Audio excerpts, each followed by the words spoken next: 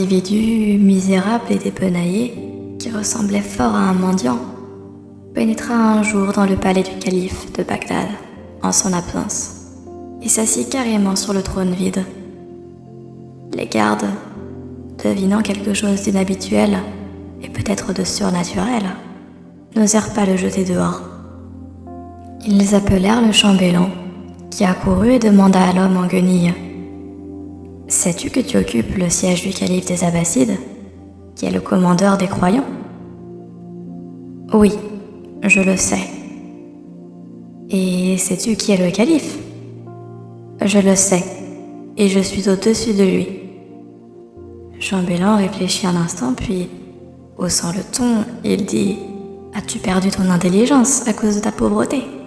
Ne sais-tu pas qu'au-dessus du calife, il n'y a que le prophète Mohammed ?»« Je le sais, » dit le miséreux. « Et sais-tu qui est le prophète ? » ?»« Je le sais, et je suis au-dessus de lui. » Les gardes paraissèrent scandalisés. Ils levaient leurs armes pour les abattre sur l'intrus, qui paraissait tout à fait calme et sûr de lui. Le chambellan les arrêta d'un geste et posa une dernière question. « Ne sais-tu pas qu'au-dessus du prophète, il n'y a que Dieu ?»« Je le sais, » répondit le mendiant. « Et ne sais-tu pas qui est Dieu ?»« Je le sais, » répondit le mendiant. « Comprends-tu bien ce que tu fais ? Sais-tu qu'au-dessus de Dieu, il n'y a rien ?»« Je sais, » dit l'homme en guenilles sans bouger du trône. « Et justement, je suis ce rien. »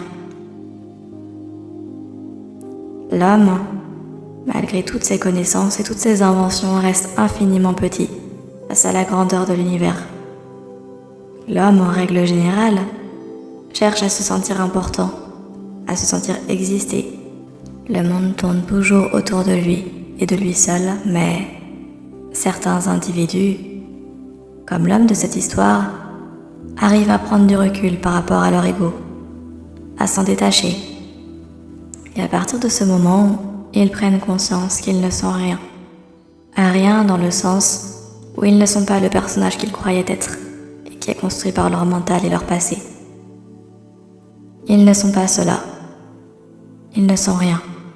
Et en prenant conscience qu'ils ne sont rien, ils deviennent tout. C'est ainsi que l'homme s'assoit sur le trône, car il sait qu'il n'est rien en tant qu'ego, mais qu'il est bien plus que cela. Il y a l'univers tout entier.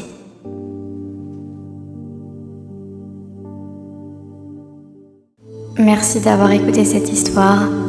N'hésitez pas à la liker si elle vous a plu, à vous abonner à la chaîne et à mettre un commentaire en dessous de la vidéo. Vos retours me sont vraiment très précieux. Merci d'avance. Je vous souhaite une merveilleuse journée ou nuit et vous dis à très vite.